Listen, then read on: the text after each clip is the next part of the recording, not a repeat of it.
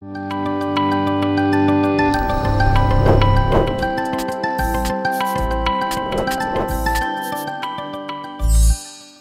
hari ini kita akan belajar mengapa janji Tuhan sepertinya beda dengan kenyataan hidup kita. Apakah firman-Nya itu merupakan kebohongan? Nah, sebelum kita masuk firman ini, minggu depan kita akan kedatangan seorang tamu, saudara.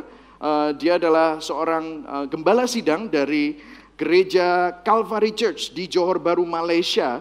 Ini pendeta besar, saudara. Jemaatnya itu ribuan, saudara ya, 5.000 lebih jemaatnya. Tapi dia masih mau, saudara, diundang untuk pergi ke Gibeon yang masih yang kecil ini dibandingkan beliau gitu, saudara. Dia di Johor Bahru punya 50 lebih rumah, di mana rumahnya itu dijadikan tempat rehabilitasi untuk orang-orang narkoba, untuk anak-anak autistik, untuk anak-anak bekas-bekas sex trafficking, begitu saudara ya. Jadi bekas-bekas pelacur anak-anak kecil, saudara, di bawah 20 tahun. Itu ditampung oleh dia. Orang-orang gila itu dia tampung. Sampai pemerintah mau menutup gerejanya tidak bisa, karena dia sudah gerejanya begitu berjasa untuk kota Johor Bahru. Jadi sampai akhirnya malah pemerintah yang minta tolong sama dia. Nah, dia mempunyai sebuah gift kenabian, saudara. Nah, saya ini biasanya paling anti kalau suruh manggil-manggil nabi, karena nabi-nabi itu biasanya tidak bergereja, saudara.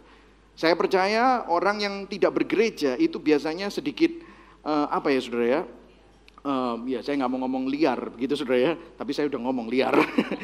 Kadang-kadang begini, saudara, saya itu paling ngeri kalau misalnya kita ada di kebaktian terus ada nabi gitu. Hei, kamu yang di belakang, ya kamu selingkuh ya. Waduh, di depan semua orang, waduh. Terus ada yang bilang, Pak, itu nabi minggu depan datang itu nanti dosa saya ketahuan semua lah, Pak. Saya mau kasih tahu, dosa kita sudah ketahuan sama Tuhan dari kapan-kapan, ya kan, saudara. Tetapi saya suka dari kenabiannya dia adalah dia sangat menghormati hal-hal yang seperti itu. Kalaupun dia perlu berbicara dengan saudara, dia tidak akan berbicara di depan umum. Tapi kalau dia berbicara di depan umum, selalu apa yang dikatakannya selalu membangun. Apa yang dikatakannya selalu positif. Jadi jangan takut, saudara. Tetapi saya minta supaya saudara bisa datang, bawa teman, karena saya percaya minggu depan mungkin saya perlu minta ini tirainya dibuka sampai sebelah sana, begitu saudara ya. Kita akan ada kebaktian, 3 kali kebaktian, jam 7 pagi, jam 10, jam setengah 5 sore. Dia akan datang dan melayani ketiga kebaktian ini. Dan dia akan mengundang saudara untuk, kalau mau didoakan untuk nubuatan atau apapun, saudara bisa maju ke depan. Minggu lalu kita kebaktian jam 10, itu selesai kebaktian sih cuma 1,5 jam. Tapi habis itu tuh dia stay sampai jam 2 siang, saudara. Doain orang satu-satu, saudara. Satu keluarga. Jadi kalau saudara kepingin dilayani minggu depan, saudara datang. Nah, untuk para leader, head of department, saudara begitu lihat gereja kita makin banyak leadernya dan makin banyak pelayannya. Hari Jumat kita akan adakan special session. Jam 7 malam kita akan adakan untuk para care group leader dan keluarganya, dan juga head of department dan keluarganya. Kenapa keluarganya? Mereka boleh bawa istri dan anak-anaknya. Nanti kita akan didoakan, dia akan berkhotbah dan dia juga akan menyampaikan pesan Tuhan. Dan hari Sabtunya itu adalah untuk semua jemaat yang terlibat dalam pelayanan. Kalau Anda pelayanan sekolah minggu, usher, pelayanan. Kenapa saya bikin begitu? Supaya hari Minggu Anda tidak ketinggalan. Kadang-kadang orang yang melayani kan enggak, kayak bahasa Jawanya nggak komanan, begitu saudara ya. Nah, saya sebagai gembala yang baik, gitu saudara ya. Saya mau memberikan waktu di mana yang Jumat untuk para leader, yang Sabtu untuk para aktivis, dan hari Minggu untuk Anda semua. Sehingga nggak yang leadernya dulu yang didoakan, terus jemaatnya carry-carry gitu. Enggak, justru hari Minggu itu kita mau mendoakan semua jemaat. Amin, saudara. Saudara berbahagia punya gembala yang baik seperti saya. Amin, saudara. Oke, jadi jangan sampai ketinggalan dan jangan takut, saudara. Jangan takut. Nabi itu enggak gigit, saudara ya. Dan tidak mempermalukan, saudara. Saya sudah kenal sama beliau sejak tahun awal 2000-an. Dan setiap kali milestone dalam kehidupan saya pindah dari Seattle ke Los Angeles, itu selalu ada nama Pastor Rajan di sana. Dari Los Angeles, saya meninggalkan bisnis saya dan masuk ke dalam full time ministry. Bahkan dia bilang, bisnismu kasihkan istrimu. Saya ragu, saya guyu-guyu, masa bisa istri saya berbisnis gitu. Tapi sekarang bisnis saya jauh lebih successful daripada dulu waktu saya dipegang sama istri saya, gitu saudara. Nah itu seperti gitu-gitu itu saya juga, wow, saya sudah tahu dalam hati, tetapi seringkali kita manusia itu butuh konfirmasi. Disitulah pelayanan kenabian itu sangat penting. Dari 5 jawatan ada pastor, ada evangelist, ada teacher, guru, ada nabi, ada apa lagi saya lupa. Apostles, yes, rasul. Jadi ini akan menjadi sebuah berkat buat kita semua. Oke, kita sama-sama buka di dalam Matius, bukan Matius 1, Saudara. Matius 11, Saudara ya. Saya tadi diingatkan, pastor itu bukan Matius 1, Matius 11. Kepala saya bilang 11, cuman tangan saya ngetik 1 begitu, Saudara ya. Kurang 1 lagi. Itu Matius 11, Saudara ya, ayat 2 sampai 6. Saya akan bacakan buat Saudara. Ini ceritanya tentang Yohanes Pembaptis. Di dalam penjara, Yohanes mendengar tentang pekerjaan Kristus, lalu menyuruh murid-muridnya bertanya kepadanya, "Engkaukah yang akan datang itu atau haruskah kami menantikan orang lain?" Dan kemudian Yesus menjawab mereka, "Pergilah dan katakanlah kepada Yohanes apa yang kamu dengar dan kamu lihat.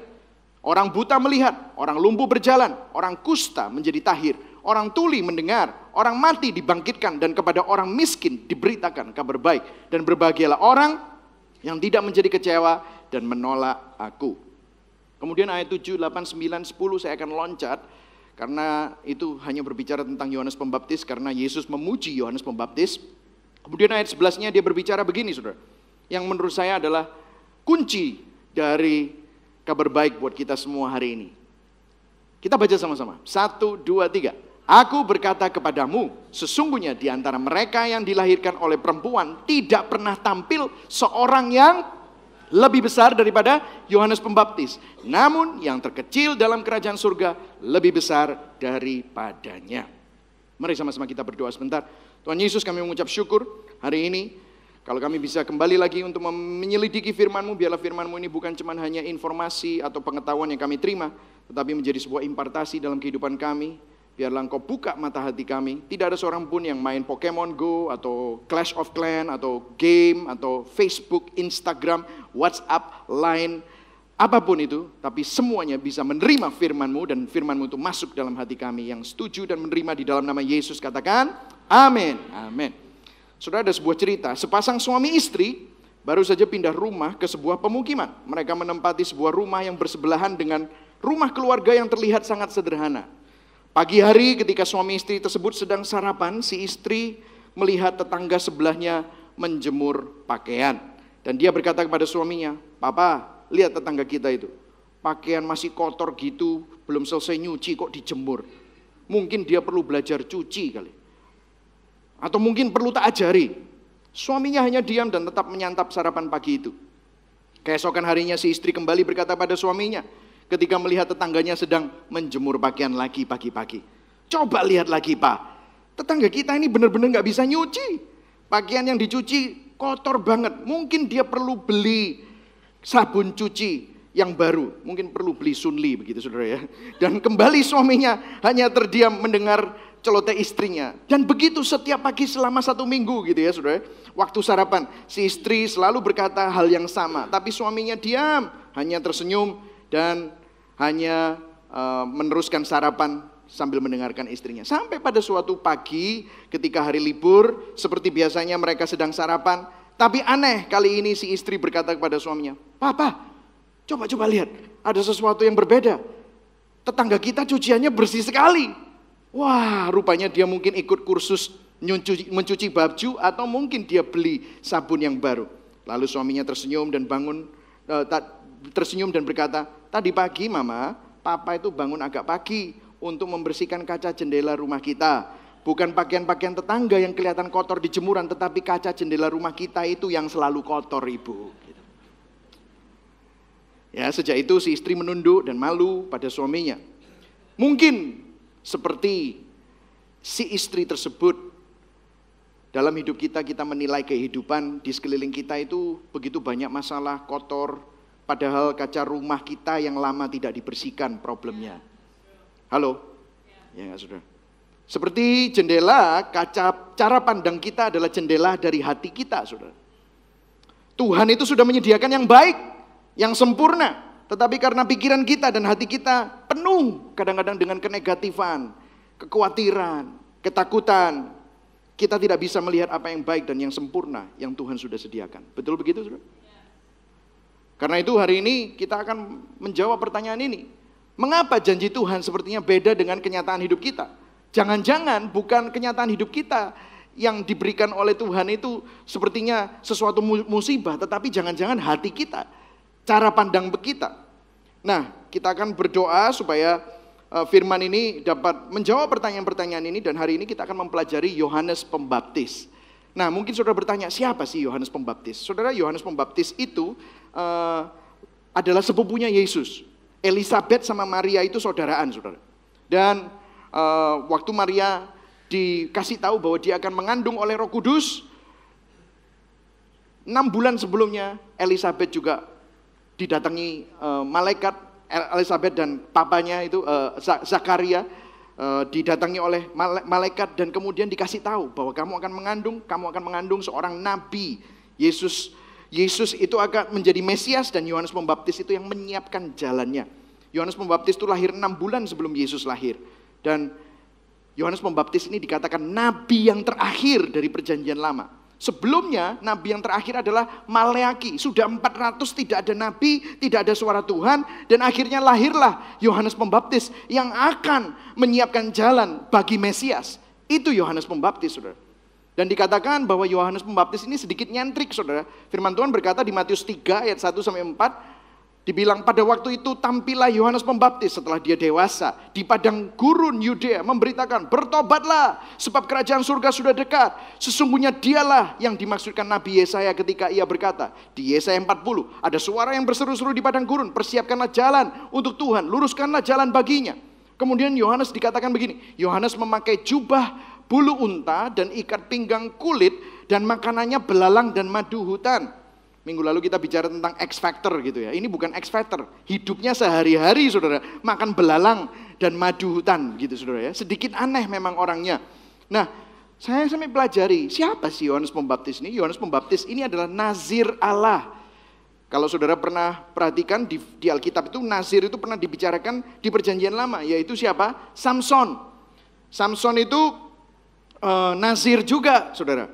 Di Hakim-Hakim pasal 13. Mereka tuh pantang minum minuman keras. Tidak boleh minum wine, tidak boleh minum minuman keras, begitu, saudara ya. Dan tidak boleh makan makanan haram, harus berpegang pada hukum Taurat. Tidak boleh cukur, saudara. Ya, mungkin kalau saya jadi nazir gitu sekarang tidak seperti ini gitu, saudara ya. Tidak boleh cukur sejak lahir gitu dibilang. Nah, menjadi nazir itu benar-benar orang yang sangat rohani dan sedikit nyentrik. Karena dia memisahkan dirinya dari sebuah masyarakat dan dia memisahkan dirinya untuk Tuhan. Nah, itu nazir, saudara. Dia sedikit berbeda. Nah, ini kehidupan Yohanes Pembaptis. Jadi Yohanes Pembaptis itu saya bisa kasih tanda kutip sangat rohani. Oke, saudara ya. Nah, kemudian Yohanes Pembaptis juga menyiapkan jalan bagi Mesias. Dia yang khotbah duluan dan dia punya banyak murid, saudara. Dan Matius 3 ayat 1-3 saudara nanti bisa baca sendiri. Di sana dia membaptis begitu banyak orang, bertobatlah sebab kerajaan surga sudah dekat. Khotbahnya cuma 1 kalimat. Dibilang apa? Bertobatlah, kerajaan surga sudah dekat. Banyak yang bertobat. Kok bisa ya, saudara? Ya, itu karena memang kerjaannya dia diurapi Tuhan untuk melakukan itu. Dan kemudian Yohanes Pembaptis juga membaptis Yesus. Sampai satu hari dia didatangi Yesus, Yesus minta dibaptis. Dia bilang, aku gak layak untuk baptis engkau. Akulah yang semestinya engkau baptis dengan roh. Aku membaptis dengan air, tapi engkau akan membaptis dengan Roh Kudus. Dia udah tahu tentang hal itu. Namanya dia nabi, saudara. Tapi waktu itu Yesus minta dibaptis, dan dia baptis. Dan saat itulah langit terbuka, ada merpati turun, dan ada suara dari surga. Inilah anakku yang kukasihi, kepadanya lah aku berkenan. Ini ceritanya Yohanes Pembaptis, saudara. Dia sangat luar biasa. Nah, sampai satu hari, jadi Yohanes Pembaptis menyiapkan Yesus untuk pelayanan, dan Yesus pelayanan gitu ya. Dan tidak lama kemudian Yohanes Pembaptis ditangkap oleh Herodes. Jadi dimasukkan penjara oleh Herodes karena dianggap membuat onar. Nah, waktu di penjara dia mendengar begitu banyak tentang Kristus. Karena itu ayat ini Matius 11. Sorry, bukan Matius 1 ya, Matius 11 ayat 2-3. Di dalam penjara, kita baca yang hitam, 1, 2, 3. Yohanes mendengar tentang pekerjaan Kristus. Nah, waktu saya melihat itu, saya pikir ini positif. Terus kemudian ayat 3 kita baca sama-sama. 1, 2, 3. Lalu menyuruh murid-muridnya bertanya kepadanya. Loh nanyanya kok gini? Baca yang merah. Engkaukah yang akan datang itu atau haruskah kami menantikan orang lain? Waktu saya selidiki di firman Tuhan, saya biasanya tidak begitu ngerti ini konteksnya apa. Jadi kalau saudara dalam ilmu hermeneutika, saudara harus tahu ini konteks firman Tuhan ini berbicara tentang apa. Dan waktu saya selidiki ternyata konotasinya negatif. Yohanes Pembaptis ini sedikit ragu. Ini benar nggak sih Yesus ini Mesias? Aku sudah susah-susah hidup sodok aneh, nggak pernah cukur, pakai baju bulu onta, makan belalang, makan madu hutan, sudah susah-susah mengikuti hukum Taurat dan menyiapkan jalan untuk Mesias. Dan aku tahu katanya ini Yesus. Tapi kok kayak gini ya? Nah, dia mulai ragu, saudara. Dia mulai bertanya-tanya. Saudara pernah bertanya-tanya? Karena begini, saudara. Jangan-jangan janji Tuhan itu keliru atau cuman hanya dongeng. Aku masuk penjara buktinya. Karena di pikiran dia, saudara, kalau seorang Mesias itu nanti akan mengalahkan kekaisaran Romawi dan nanti jadi raja sehingga mengalahkan Herodes dan bangsa Israel akan menjadi bangsa yang jaya kembali kejayaannya seperti zamannya Raja Salomo dan Raja Daud. Itu ceritanya. Nah tapi kok kalau bahasa Jawanya jegetek kok ngene gitu saudara. Saudara gitu ya misalnya. Loh, aku kok jadi mbambung ngene rek gitu. Mungkin dia berpikir seperti itu. Loh, aku kok di penjara ini gimana toh? Saudara pernah mengalami hal itu? Saudara dengar janji Tuhan, Tuhan pasti menyembuhkan. Saudara dengar janji Tuhan, Tuhan pasti memberkati. Tuh, saudara dengar janji Tuhan, Tuhan pasti memberikan terobosan. Tetapi kenyataannya mana? Halo? Saudara pernah seperti itu? Ya. Dan ini yang terjadi sama Yohanes Pembaptis. Dan dia merasa, ini gimana sih? Dan Yohanes Pembaptis menanyakan ini, sampai dia nggak yakin bahwa Yesus itu benar-benar nggak sih? Karena Yohanes Pembaptis ini mendedikasikan seluruh hidupnya untuk mempersiapkan kedatangan seorang Mesias. Dia nggak pernah minum wine. Mungkin aku tak order wine ya di penjara. Mungkin mikir gitu lah, saya nggak tahu ya saudara ya. Ya kan, saudara. Tapi dia jadi nazir. Saudara mungkin saudara pernah merasakan semua ini. Kayak apa aku doa? Saudara sudah doa malam, saudara sudah ikutan care group, saudara sudah ikutan Anda pasti selamat, saudara sudah rajin ke gereja, saudara sudah minta dibaptis, saudara sudah minta dibaptis Roh Kudus, saudara ikutan doa puasa, saudara ikutan macam-macam lah. Ikutan sana, ikutan sini, mana buktinya? Pernah saudara? Kalau saudara nggak pernah, saya pernah. Saya rasa kita semua pernah. Nggak jawab tapi podo mantuk-mantuk kabeh gitu saudara ya. Ya begitu saudara. Kelihatannya kok janji Tuhan dibandingkan dengan kenyataan hidup itu ada gapnya. Pernah saudara kerasa ini janji Tuhan di sini, kenyataan hidup seperti ini. Tapi saudara saya seperti tadi ibu yang melihat jemuran. Jangan-jangan kalau saya punya kacamata ini, kacamatanya banyak fleknya. Gitu saudara. Satu hari pernah si Jet datang. Masuk ke mana? Ke rumah. Dia begitu masuk ke rumah. Why so dark? Dia lupa kalau dia pakai kacamata hitam, saudara. Why so dark? Gitu. Dia baru beli kacamata yang masih kecil gitu, saudara ya. Why so dark? Dia lupa pakai kacamata hitam. Sering kali yang terjadi kadang-kadang bukan tentang apa yang Tuhan sudah kasih dan berikan dalam hidup kita, tetapi cara kita memandang. Benar atau benar, saudara? Nah, terus tambahannya begini, saudara. Tambahannya begini, ada ayatnya yang membuat saya tambah, wah pantes Yohanes Pembaptis tambah ragu. Karena ada ayatnya gini, di Lukas 7 ayat 33-34 ngomong begini. Yesus lagi ngomong, Yesus itu mengkonfirmasi keraguan dari hati Yohanes Pembaptis. Dia ngomong sama orang-orang, dia bilang begini, karena Yohanes Pembaptis datang, ia tidak makan roti, tidak minum anggur, dan kamu ngomong dia kerasukan setan, dia dikucilkan. Tetapi kemudian anak manusia datang, yaitu dia. Ia makan, minum, dan kamu berkata, lihatlah, dia adalah seorang pelahap, peminum, sahabat pemungut cukai, dan orang berdosa. Saudara coba bayangkan, ini ya cerita ya saudara. Yohanes Pembaptis sangat rohani. Dia seperti pendeta yang pakai jubah, benar-benar kusuk, benar-benar menyiapkan jalan bagi Tuhan. Terus dipenjara. Dia menyiapkan jalan untuk Yesus. Tapi Yesus kerjanya apa, saudara? Mujizatnya yang pertama apa? Mengubah air jadi anggur. Loh, aku ini gak boleh minum anggur dari kecil. Ini Mesias satu ini mengubah air jadi anggur. Gak gendem tak? Bener gak? Iki sampel iki. Iki bener Mesias tak enggak?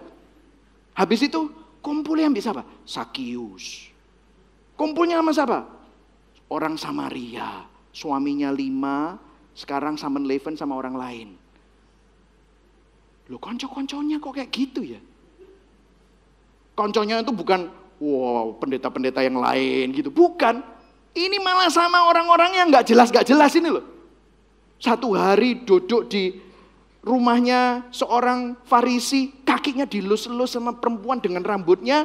Dan kemudian perempuan itu pelacur. Ini skandal ini.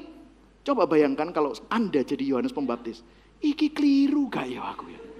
Coba bayangkan. Saya rasa Yohanes Pembaptis berpikir seperti itu. Dia berpikir, ini jangan-jangan aku sudah menghabiskan hidupku jadi seorang nazir sia-sia. Karena dia merasa, aku sudah melakukan semuanya ini. Kayaknya sia-sia. Sampai dia nanya, murid-murid. Terus kemudian begini saudara, murid-muridnya Yohanes Pembaptis banyak jadi murid-muridnya Yesus. Sejak Yohanes Pembaptis di penjara, pindah gereja semua saudara. Bayangkan saudara, coba bayangkan. Coba pikirkan coba. Waduh, iki tambah sesat iki. Dia tambah berpikir seperti itu. Dan kemudian dia ada murid-muridnya yang setia. Coba. Aku kan di penjara, aku gak bisa nanya. Coba kamu tanya sama Yesus. Itu benar gak sih? Dia itu Mesias atau bukan? Dan kalau dia Mesias, itu kalau bukan Mesias, aku ini mesti nunggu apa lagi? Karena memang tugasku adalah menyiapkan Mesias. Mungkin dia lagi berdoa supaya Tuhan mengeluarkan dia dari penjara atau bagaimana begitu saudara. Dia itu lagi pusing saudara. Karena dia lagi bingung saudara, galau. Saudara pernah seperti itu? Dalam hidup saudara galau. Waduh, ini kok saya berdoa supaya situasiku makin baik, kok tambah gak baik. Saudara mendoakan orang untuk bertobat, orang itu gak tambah bertobat, tambah rusak. Pernah saudara? Tambah menolak Tuhan. Aduh, ini apa ini? Sudah pernah seperti itu? Saudara berdoa untuk kesembuhan, gak tambah sembuh, tambah banyak komplikasi. Saudara pernah rasanya seperti itu? Saudara? Wow.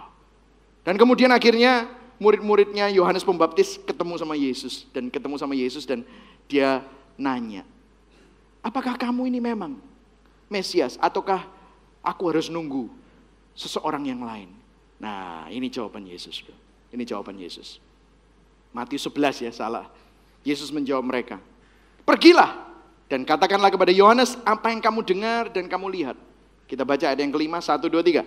Orang buta melihat, orang lumpuh berjalan, orang kusta menjadi tahir, orang tuli mendengar, orang mati dibangkitkan, dan kepada orang miskin diberitakan kabar baik. Dan berbahagialah orang yang tidak menjadi kecewa dan menolak aku. Wow, saudara. Dibilang bahwa ayat 5 sampai ayat yang ke-6 itu adalah kodenya Yesus ngomong sama Yohanes. Kenapa? Karena waktu dia ngomong itu dia mengacu kepada Yesaya 61 ayat 1 sampai 3. Itu adalah nubuatan tentang Yesus. Roh Tuhan Allah ada padaku supaya aku dapat memberitakan kabar baik kepada orang-orang yang sengsara, kepada orang-orang yang remuk hati, supaya mengabarkan tahun rahmat Tuhan. Itu adalah kodenya Yesus kepada Yohanes Pembaptis. Dan kemudian Yohanes Pembaptis menerima message ini. Dia langsung tenang. Dia gak pernah minta lagi, Tuhan lepaskan aku dari penjara. Dan saudara tahu, gak lama setelah dia menerima berita itu, kepalanya dipenggal. Saudara. Saya bingung. Wow. Jadi orang kepalanya dipenggal. Tapi kok bisa adem ayem. Saya gak bilang kita semua kepalanya dipenggal, enggak. Tetapi di dalam masalah saudara, kalau saudara mempunyai fokus yang benar, maka saudara akan tenang dan saudara tidak takut dan saudara tidak khawatir. Karena begini saudara, mengapa Yohanes Pembaptis memiliki fokus yang benar? Dia tidak melihat yang lain-lain, dia tidak melihat situasinya, tetapi dia melihat Kristus, Tuhan. Dia melihat bahwa tugasnya, panggilannya, itu sudah selesai. Saudara, ada sebuah perkataan yang luar biasa. When your focus is right, waktu fokus Anda itu benar, maka our identity is clarified. Identitas kita menjadi jelas. Our problem diminish. Problem kita menjadi kelihatannya kecil karena melihat kebesaran Tuhan. Our joy is complete. Sukacita kita menjadi penuh. Our destiny is secured. Our masa depan kita menjadi aman. Yang setuju katakan amin. Jadi hari ini jangan-jangan bukan tentang apa yang Tuhan sudah sediakan buat saudara. Apa yang Tuhan sudah sediakan buat saudara itu sudah yang baik dan yang sempurna. Tapi kadang-kadang kacamata kita ini loh yang salah. Halo?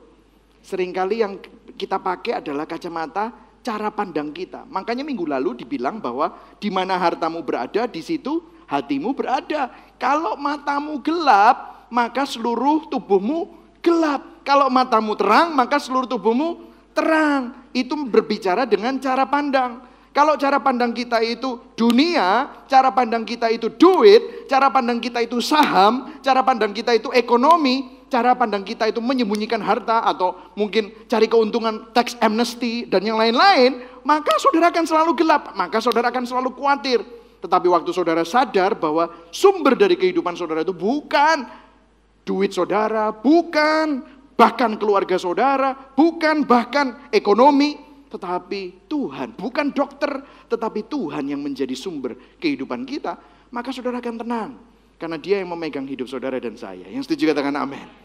Jadi hari ini saudara, kalau saya berhenti di sini, kita bisa selesai. Yes, fokus kita harus dirubah. Tapi puji Tuhan, Injil itu nggak cuma hanya memberikan saudara sebuah nilai. Ini nilai yang baik ya saudara. Fokus kita harus benar. Saya pernah khotbah, your focus will determine your reality. Fokus kita akan menentukan realita kita, ya saudara ya. Nah, tetapi hari ini saya mau memberikan kabar baiknya. Kabar baiknya itu ada di ayat 11. Nah, sebelum kita masuk ke ayat 11, kita ngomong pada kanan kirimu, fokusmu sudah benar belum? Nah, amin saudara ya. Fokus kita sudah benar ya. Oke. Tapi ini kabar baiknya. Nah, katakan pada kanan kiri lagi. Nah, denger ini jawabannya. Nah, ini saudara ya. Saya excited sekali saudara. Kenapa? Waktu saya baca ini, dulu kalau saya baca ayat, enggak ngerti. Saya langsung skip. Aku gak ngerti. Wes loncat aja. Enggak ngerti saudara. Tetapi waktu saya ngerti, wah itu benar-benar memerdekakan. Kita akan baca sama-sama. Satu kali lagi ya, kita baca sama-sama. Ayat 11-nya, Yesus ngomong sesuatu yang mungkin orang cuma hanya lewati begitu saja. Tetapi ini maknanya luar biasa. Dan membawa kita sebuah kekuatan. Oke, dikatakan begini. Kita baca sama-sama. 1, 2, 3. Aku berkata kepadamu, sesungguhnya di antara mereka yang dilahirkan oleh perempuan tidak pernah tampil seorang yang lebih besar. Stop dulu sampai di situ. Ini kenapa Yesus ngomong kayak gini? Dia ngomongnya ekstrim sekali. Sekali lagi, Yesus selalu ngomong ekstrim ya. Di antara seluruh orang yang dilahirkan dari perempuan, lah itulah semua orang. Mereka yang dilahirkan oleh perempuan, pernah ada orang dilahirkan laki-laki? Saya melahirkan seseorang, tidak ada. Di antara semua orang yang dilahirkan oleh perempuan, tidak pernah tampil seorang yang lebih besar daripada Yohanes Pembaptis. Maksudnya begini, tidak ada seorang nabi, ini ngomongin nabi saudara. Karena ayat-ayat sebelumnya ngomongin kenabian. Tidak ada seorang nabi yang lebih besar daripada Nabi Yohanes Pembaptis. Wow, kok bisa ngomong seperti itu? Nah, saya mau bawa saudara kepada perbandingan antara nabi-nabi dengan Yohanes Pembaptis. Ya, membandingkan Yohanes Pembaptis dengan para nabi. Kalau nabi-nabi banyak sekali saudara, ada Nabi Yesaya, Daniel. Wah, banyak saudara, Yeremia, Hagai, Habakuk, Hosea, banyak saudara.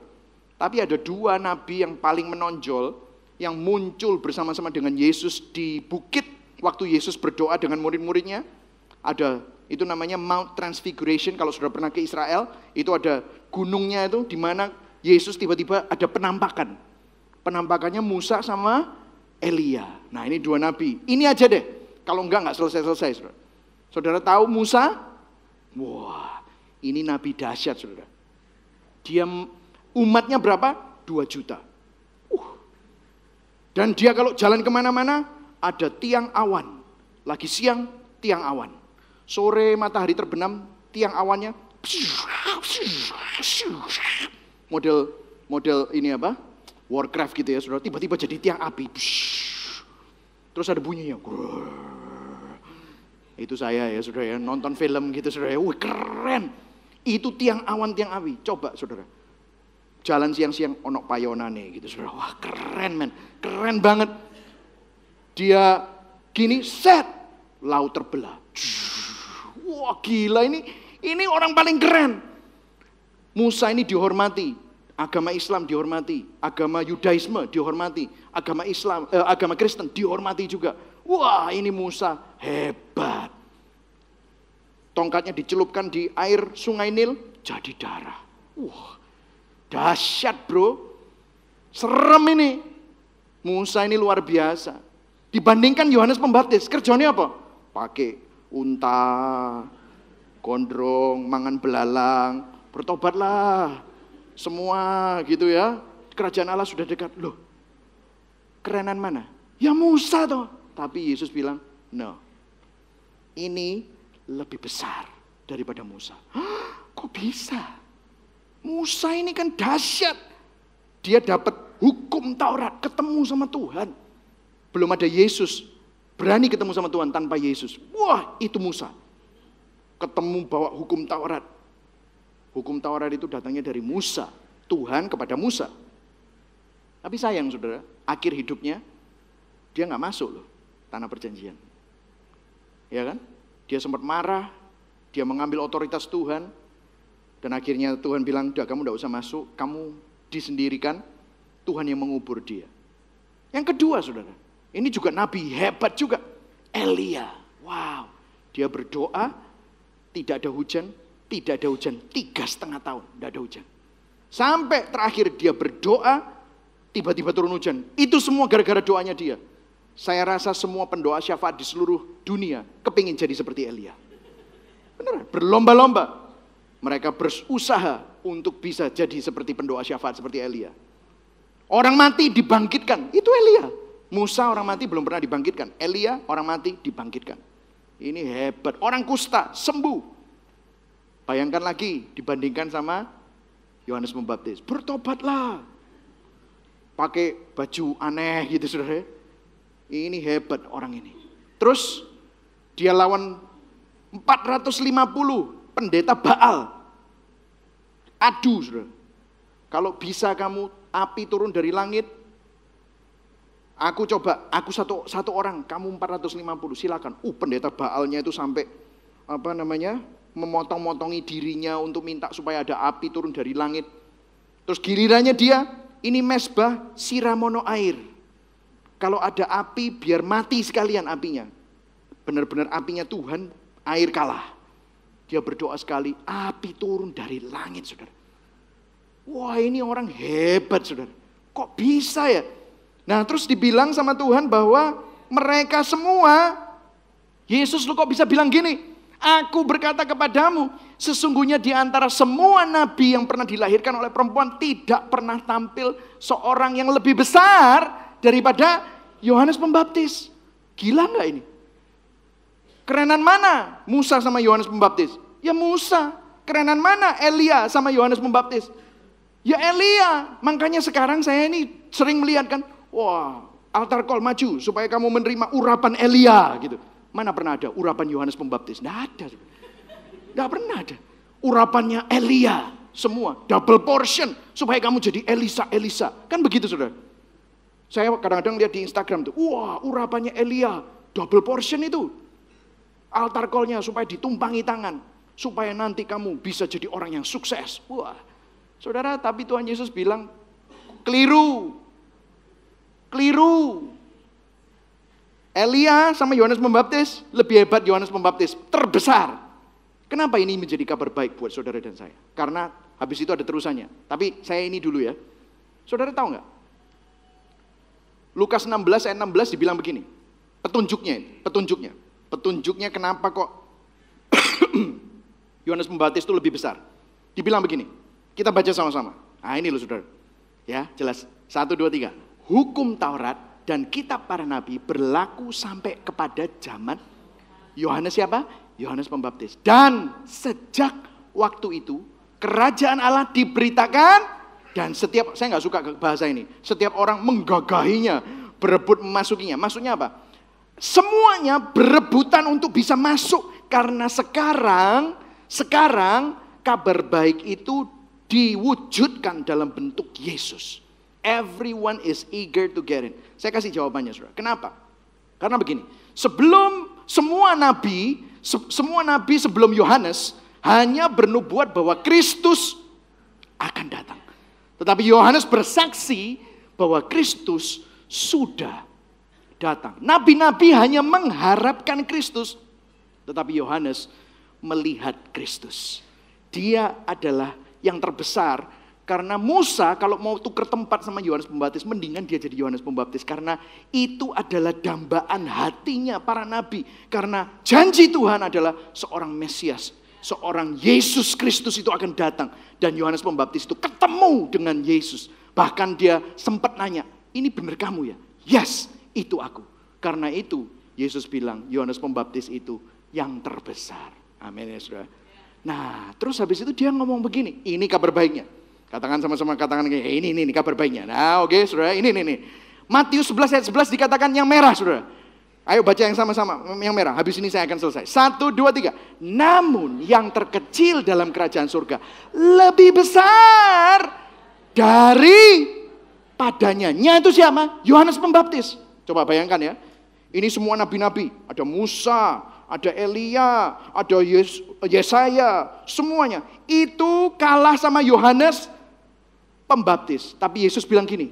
Yang terkecil di dalam kerajaan surga lebih besar dari semua ini. Tidak ada bandingannya. Saya mau nanya sama saudara, sopo? Siapa yang terkecil? Siapa yang terkecil? Saudara bisa lihat diri saudara sendiri. Saudara bisa lihat sebelahmu.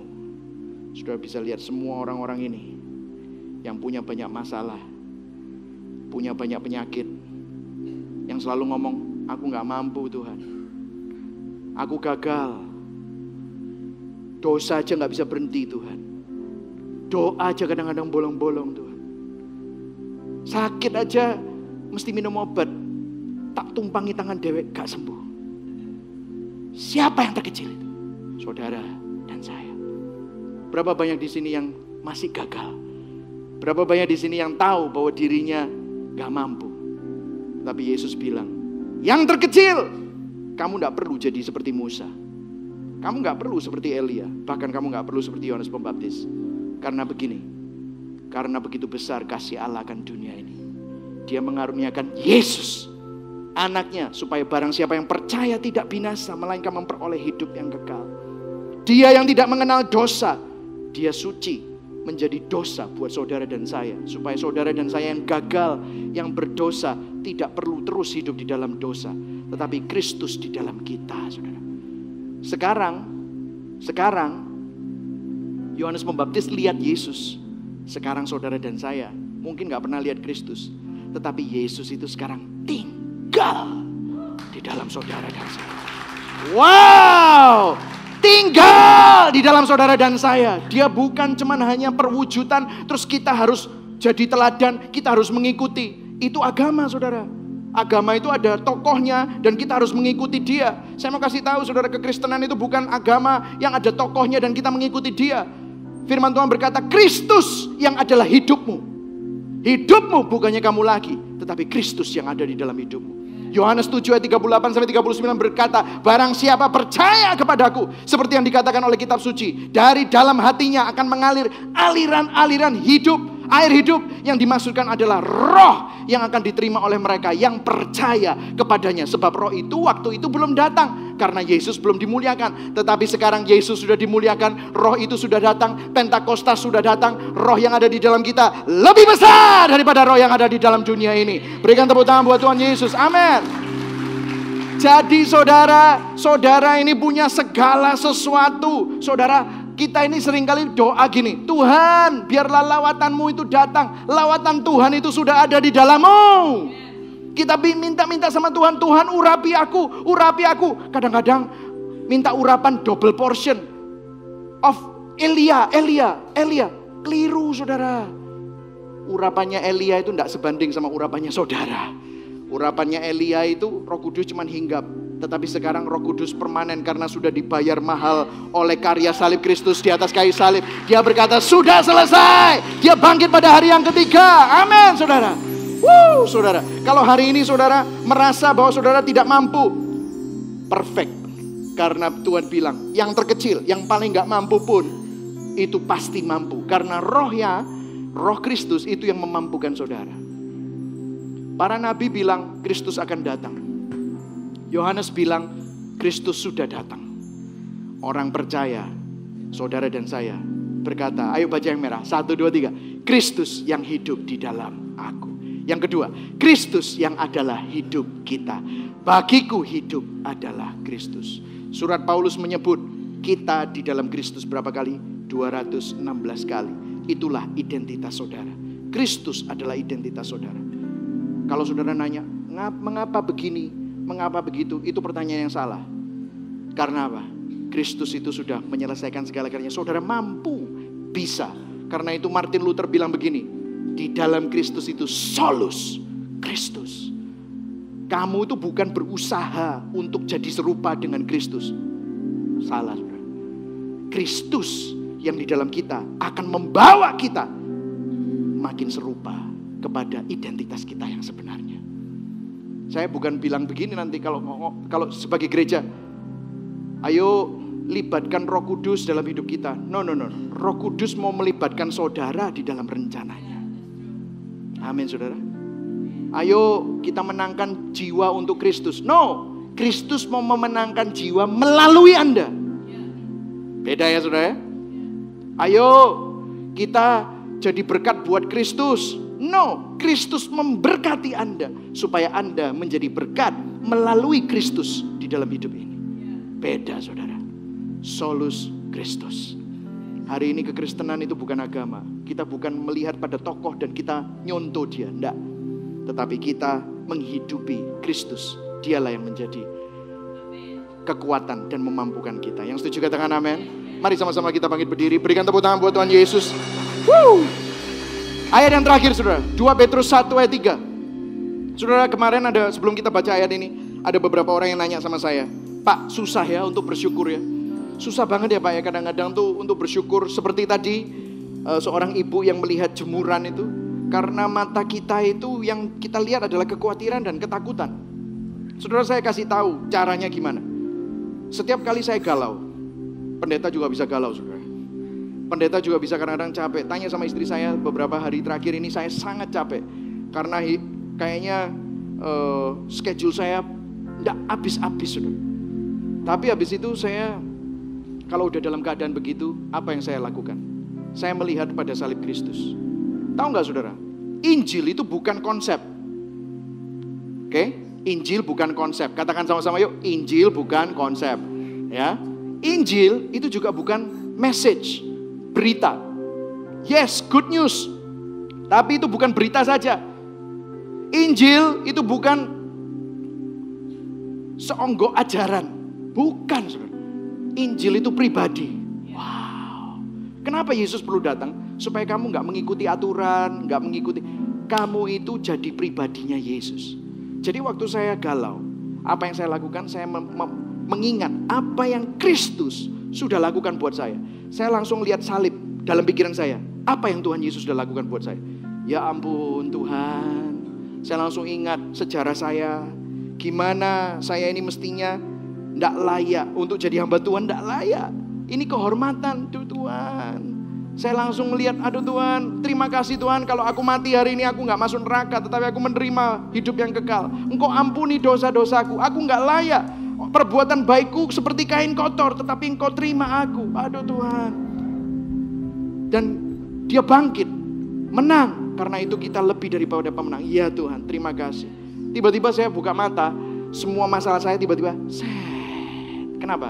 Masalah dosa, masalah hidup, masalah mati diselesaikan sama Tuhan. Masa masalah dokter, masalah keuangan, masalah bank, masalah utang nggak diselesaikan?